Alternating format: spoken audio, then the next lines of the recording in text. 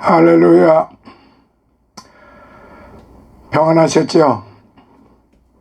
이제 날씨가 약간 서늘한 바람이 불더니 갑자기 기온 변동이 좀 심하게 낮아졌어요. 이때에 독감 주의하시고 감기 조심하셔서 건강 조심조심 관리 잘 하시기를 바랍니다. 오늘은 지난 시간에 이어서 마태복음 15장 29절로부터 39절의 말씀, 병든 자를 고치시고 4,000명을 먹이신 주님에 대해서 이제 말씀을 이어가도록 그렇게 하겠습니다.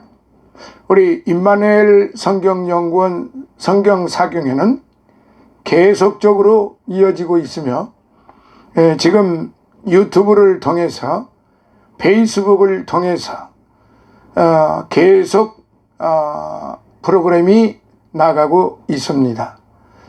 오늘의 말씀 같이 읽어보시도록 하시겠습니다. 예수께서 거기서 떠나서 갈릴리 호숫가에 이르러 산에 올라가 거기 앉으시니 큰 무리가 절뚝발이와 불구자와 소경과 벙어리와 기타 여럿을 데리고 와서 예수의 발 앞에 두매 고쳐주시니 벙어리가 말하고 불구자가 건전하고 절뚝발이가 걸으며 소경이 보는 것을 무리가 보고 기히 여겨 이스라엘의 하나님께 영광을 돌리니라. 예수께서 제자들을 불러 가라사대 내가 무리를 불쌍히 여기노라. 저희가 나와 함께 있은지 이미 사흘임에 먹을 것이 없도다. 길에서 기진할까 하여 굶겨 보내지 못하겠노라. 제자들이 가로되 광야에 있어 우리가 어디서 이런 무리의 배부를 만큼 떡을 얻으리이까. 예수께서 가라사대 너희에게 떡이 몇 개나 있느냐. 가로되 7개와 작은 생선 2마리가 있나이다 하거늘 예수께서 무리를 명하사 땅에 앉게 하시고 떡 7개와 그 생선을 가지사 축사하시고 떼어 제자들에게 주시니 제자들이 무리에게 주매 다 배불리 먹고 남은 조각을 7 광주리에 차게 거두었으며 먹은 자는 여자와 아이 외에 4,000명이었더라. 예수께서 무리를 흩어 보내시고 배에 오르사 마가단 지경에 가시니라. 자, 항상 같은 내용으로 이제 29절로부터 39절까지 있는 말씀을 먼저 살펴보도록 하겠습니다. 29절 떠나사 이르러 예수께서는 두로와 시돈을 떠나 데가볼리를 거쳐 갈릴리 즉 호수의 북동쪽에 있는 이방 지역에 이르르셨습니다. 마가복음 7장 31절에 이들 이방 지역들에 대해서는 21절을 한번 살펴보면 되고요. 자, 30절 큰 무리가 데리고 와서 발 앞에 두매 마가는 이때 예수께서 행하신 이적 중 가장 두드러진 이적, 즉 귀먹고 어눌한 자의 치유 사건, 마가복음 7장 31절로부터 37절. 이 치유 사건만을 세세하게 기록하고 있어요. 아무튼 본절에 언급된 각종 질병들은 당시 문명의 혜택을 받지 못한 고대 사회의 소외된 계층에서 흔히 볼 수 있는 질병들이었어요. 31절 무리를 보고 영광을 돌리니라. 이방 지역에 점진적으로 주의 복음이 전파됨을 보여주는 말씀이에요. 유대인들이 거절한 복음이 주의 공생에 1년여를 남긴 시점에서 서서히 이방 지역으로 전파되고 있는 것입니다. 32절 불쌍히 여기노라. 스프랑크니조마이 스프랑크니조마이라는 말이에요. 불쌍히 여기노라는 말은 즉 마음, heart, 내장, inward parts. 그 내장이라는 뜻의 명사 스프랑크논에서 파생한 동사인데요. 따라서 불쌍히 여긴다는 말은 마음 깊숙한 곳에서부터 우러나오는 연민의 정을 말하는 것입니다. 함께 있은 지 이미 사흘임에 팔레스타인에서는 여행자들이 자신의 두터운 의투를 덮어쓰고 밤에 노숙하는 것은 흔히 있는 일이었습니다. 기진할까 하여 굶겨 보내지 못하겠노라. 예수님의 진면목을 우리가 여기서 볼 수 있습니다. 기진할까 하여 굶겨 보내지 못하겠노라. 그러니까 예수님의 마음이 어떤 마음인지를 우리가 한번 깊이 생각해 볼 수가 있는 아주 중요한 말씀입니다. 어버이가 자녀를 사랑하듯이 무리들을 돌보신 예수님의 자상한 면모, 그 세심한 마음이 단적으로 드러나는 그런 부분입니다. 실로 예수님께서는 공생의 기간 동안 암탉이 병아리를 날개 아래 품는 것과 같은 심정으로 이스라엘 백성들을 사랑하고 보호하셨어요. 마태복음 23장 37절에. 한편 사가들의 기록에 의하면 당시에는 절기를 지내기 위해 예루살렘을 방문한 사람들 중 여러 사람들이 귀향하는 도중 식량이 떨어져 굶어 죽었다고도 합니다. 33절. 어디서 떡을 얻으리까? 오병이어의 기적을 체험하고서도 또다시 주의 능력을 불신하는 제자들의 나약한 모습이 여기에서 분명히 엿보이고 있습니다. 그러니까 아무리 큰 기적을 앞서서 오병이어의 기적을 체험한 제자들이 여기서 어디서 우리가 양식을 구하리까라고 한 그런 나약한 모습이 오늘 저와 여러분들의 모습이기도 합니다. 부인할 수가 없는 일이죠. 이때 제자들이 주님의 그 이적을, 그 기적을 체험을 하고서도 곧바로 잊어버렸다는 이야기입니다. 그러니까 앞선 오병이어의 그 체험을 마음속 깊이 받아들이지 못했고 마음속에 새기지를 못했기 때문에 그렇습니다. 오늘 저와 여러분들이 이 세상을 살아오면서 주님께 받은 은혜와 사랑과 축복을 날마다 잊어버리고 산다는 사실을 부인할 수 없습니다. 만약에 주님께서 우리에게 주시는 축복을 잊지 않고 산다고 그러면은 오늘날 한국 교회가 이렇게 만몬교회, 탐욕이 가득한 그런 교회가 되지 않았겠지요. 그런 오병이어의 엄청난 기적을 체험하고서도 주의 능력을 불신하는 이 제자들의 나약한 모습, 오늘 저와 여러분들이라는 사실을 잊어서는 안 됩니다. 그러니까 이 말씀을 다시 한번 우리가 새기고 또 읽고 마음속에 또 새기고 매일같이 우리가 읽어야 된다고 하는 것이 왜 그러느냐 하면은 우리는 잊어버리는 그런 은사를 또 가지고 있기 때문에, 이거는 은사라기보다는 잊어버리는 그런 속성을 우리 모두가 다 가지고 있습니다. 어제까지, 조금 전까지 주님께서 우리에게 베풀어 주신 그 은혜와 사랑과 축복, 인도하심, 성령의 충만하심, 그 우리에게 주신 은사 다 잊어버리고 산다는 거예요.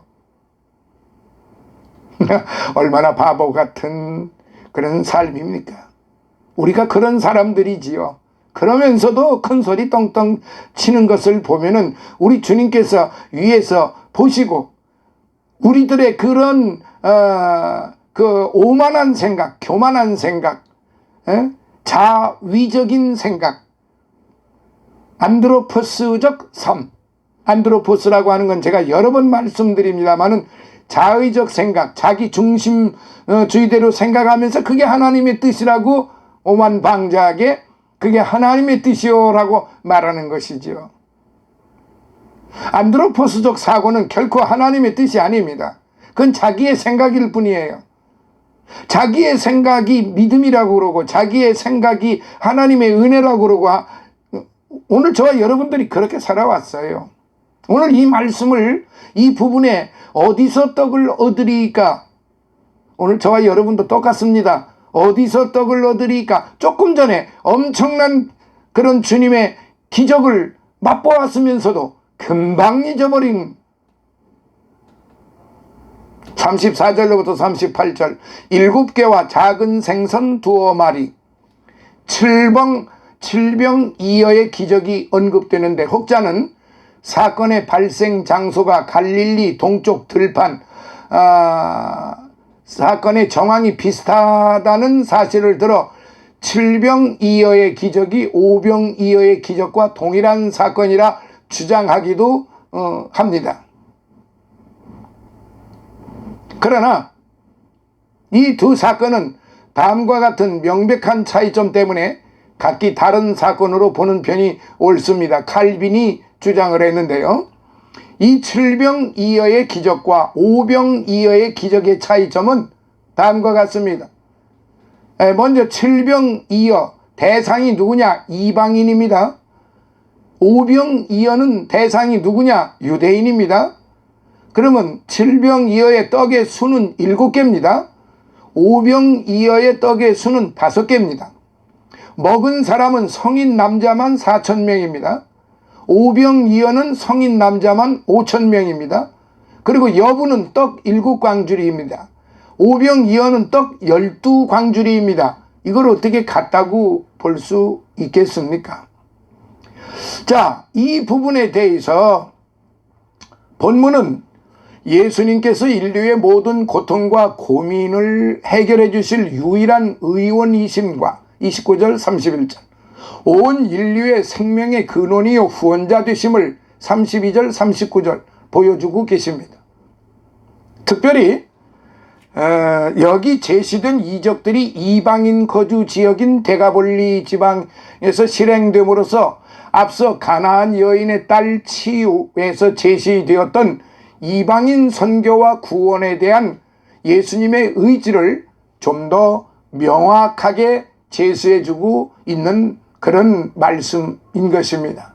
자, 이 부분에 대해서 먼저 첫 번째 좀 더 구체적으로 살펴보면요. 갖가지 병든 자를 치료하심.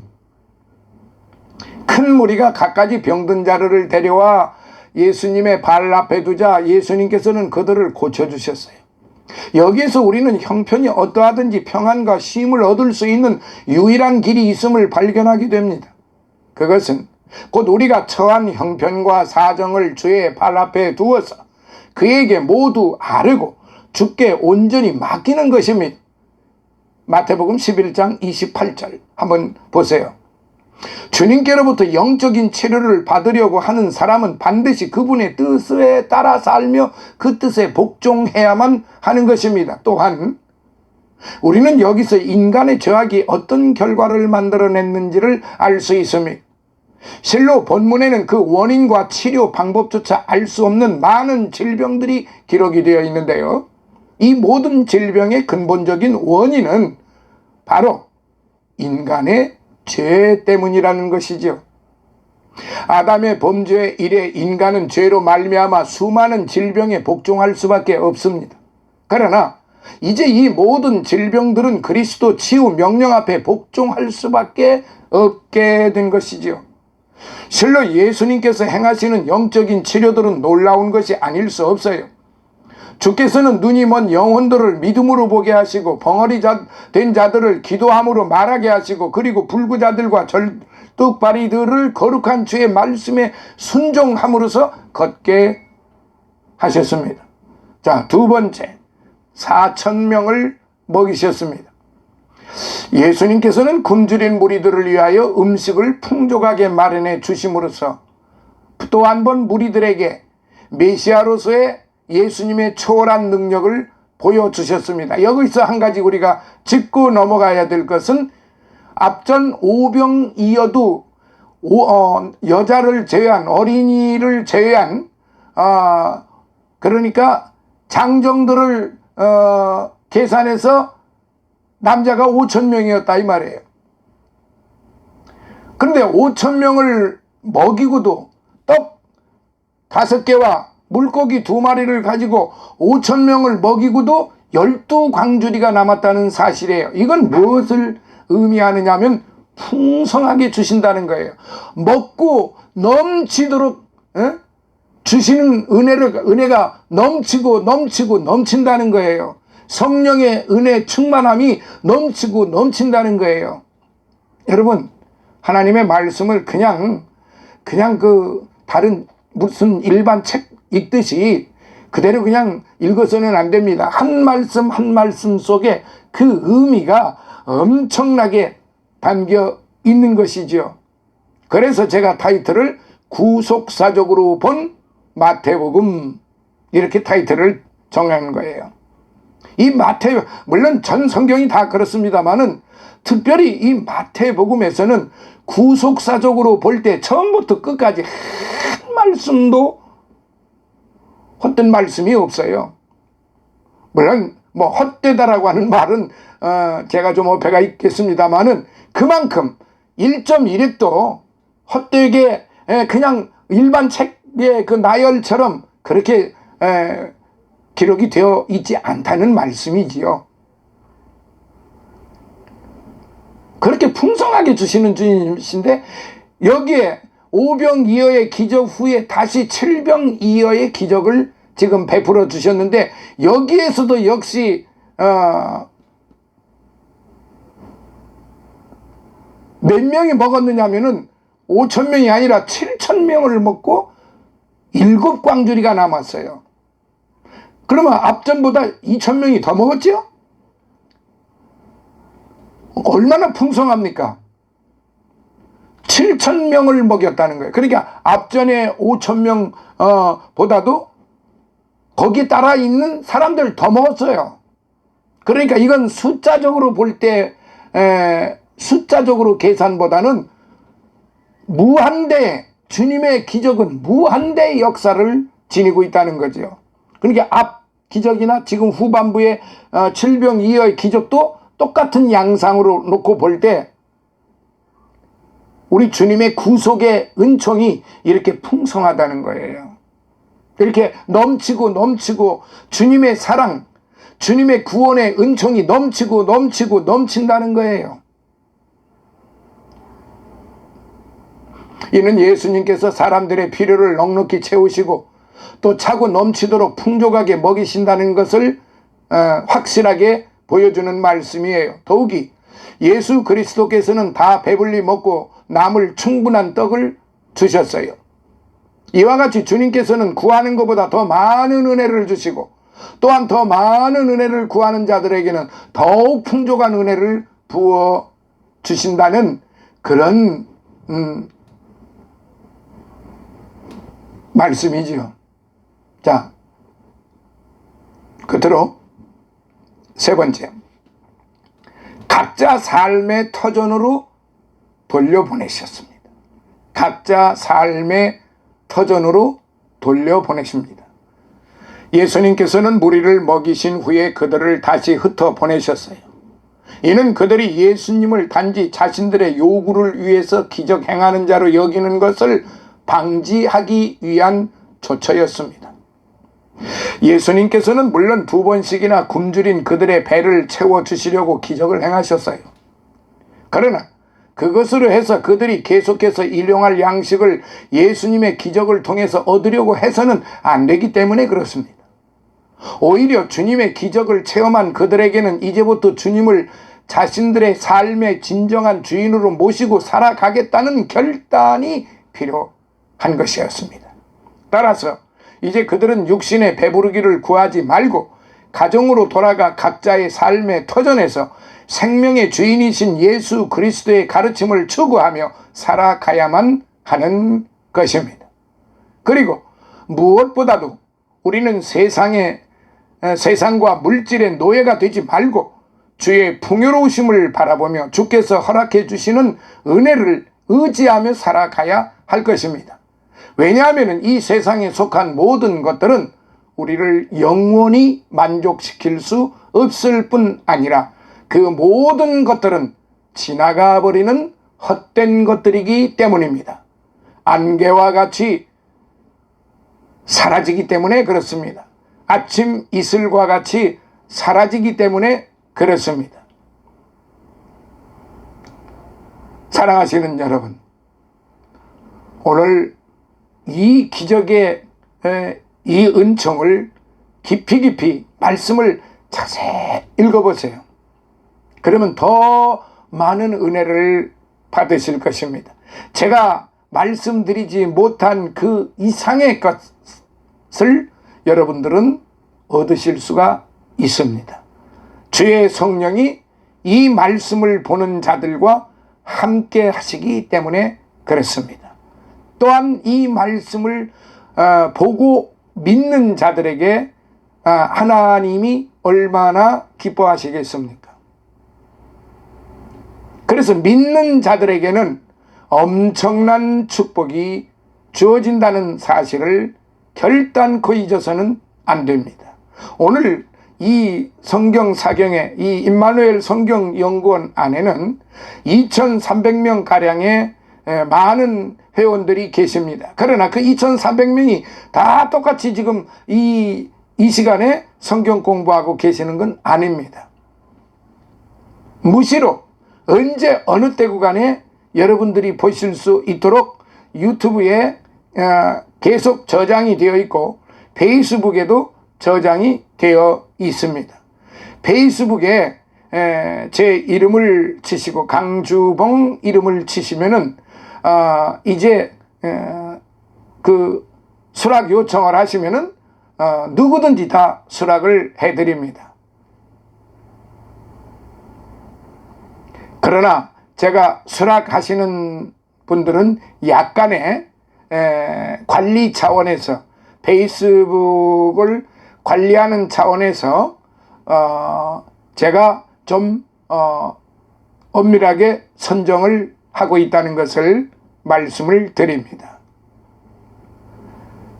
페이스북에는 아무나 막 들어오기 때문에, 그리고 수없이 난잡한 사람들이 그리고 그 엉뚱한 사람들이 많이 들어오기 때문에 조심조심 해야 하기 때문에 그렇습니다.